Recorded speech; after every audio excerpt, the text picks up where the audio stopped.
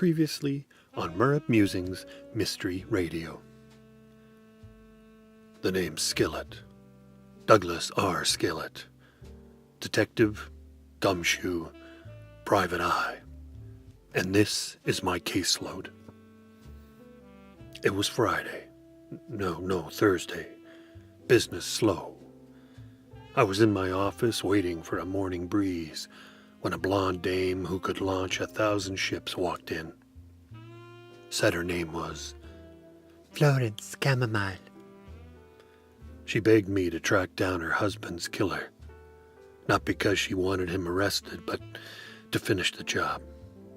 Seems her husband was in hospital in critical condition, the killer having run him down with a Buick instead of an elephant as planned. She had the name of the place where she hired him, Bucket of Bones Butcher's Emporium. Taking the case put 5,000 smackaroos in my pocket. Solving it would put another 5 there. Hard to resist when I didn't have 2 nickels to rub together. As I stood outside Bucket of Bones, I was having second thoughts, on account of I just found 2 nickels and they were rubbing together just fine. But what the hell? I threw caution to the wind and stepped through the door.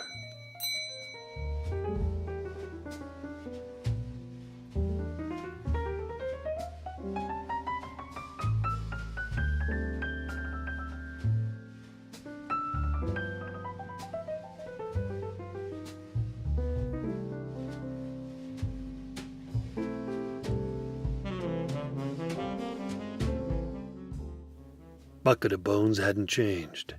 Even the dirt was still in the same place. It was the kind of slaughter shop where you could get any cut of meat you wanted. And I do mean that literally. It doesn't have to be edible, just fleshy. All sliced and wrapped in brown paper and twine. Memories flooded my vision. When they cleared, everyone was staring at me. I checked my fly and then realized it was because I was the only one in the room who had bathed in the last 72 hours and was putting out an odd aroma. Cologne, deodorant, girly soaps, that kind of thing. They soon got used to it and went back to their shopping and chopping. I waited my turn in line, then slipped a double sawback across the counter to the creature on the other side. I call him this to be polite. He must have been 7 feet tall, a unibrow that looked like bangs and body hair like alfalfa, sticking out where his bulging shirt was not. Come to think of it, he wasn't wearing a shirt, just a neon green smock with the words, "Leave it to Cleaver," across its front. I smiled at the dinosaur of a man and said, "I need some information." It made a sound. I hoped it spoke English, as I am not fluent in Neanderthal. I tried again. "I'm looking for someone who kills for cash." The creature just stared, as if I had eaten its young. Oddly enough, he had the kindest sky-blue eyes. The redundancy of my question didn't hit home until another employee began hacksawing through a marbled carcass. Kill for cash. Finding someone who did that here would be as easy as finding a disappointed Star Wars fan. I corrected myself. Let me rephrase that. It didn't wait. "In the back." It took my 20 and pointed to a saloon door at the rear of the sales floor. I questioned his accuracy at finger pointing. "In there?" It nodded and snickered. Maintaining my cool, I approached the door. Ugh, the missing link only laughed louder and louder the closer I got. The smell of head cheese and fermented sausage rolling out from behind the doors like sea swells. I pushed them wide and stepped through. 5,000 was seeming less important the farther into this mystery I tumbled. "Dougie! My God, it's been how long? Come on in." A card game. 5 guys sitting around a small felt-covered table with uneven legs. Rounds of Gouda, Parmesan, sausage rings, and cigar smoke clung to the walls. The man who called me Dougie, an old acquaintance. Bernard, imagine finding you here. I own this stylish establishment. Boys, this is Detective Skillet. I used to be his jam man. Anytime he got himself into a jam, I'd help him out. Crime is tricky stuff. Hey, Dougie, let me go round the room, introduce you to the boys. He grabbed the shoulder of the first guy and went slowly around the table. This is Harry. He's in car sales. Harry wore a polyester plaid suit, brown with salmon accents, aqua blue shirt, yellow tie, covered with smiling clamshells. He had sales written all over him. Mark here, he's in imports and exports. A thin guy, letter opener material, hair greased and fingers covered with bulky rings with large sparkly stones. This is Tony. He does door to door. If Betty Davis had been a man. And Sam delves a little into the international weaponry trade. A hobby, you understand.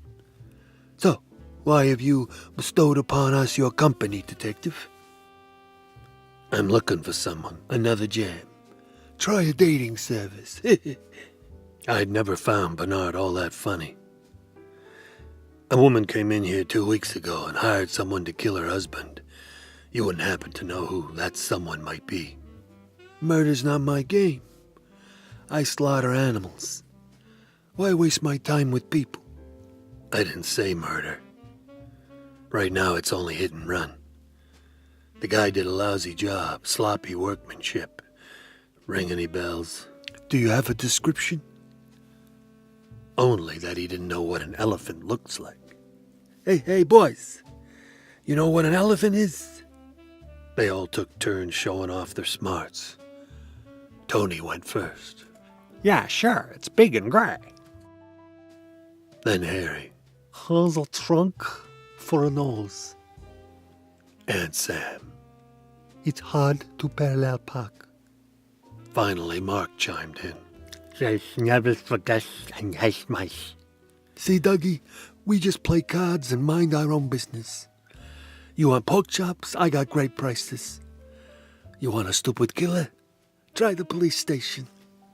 I wasn't going to let him off the hook that easy. What about you, Bernard? Do you know what an elephant is? All eyes turned his way. He took a deep breath. Elephantade, from the order Proboscidea. World's largest mammal with 3 known species. Now, which one of you is going to raise my bet? I wasn't convinced. Something one of them had said hadn't sat right.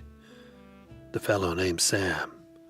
Large gut, undershirt stained, hair thin and pillow pressed.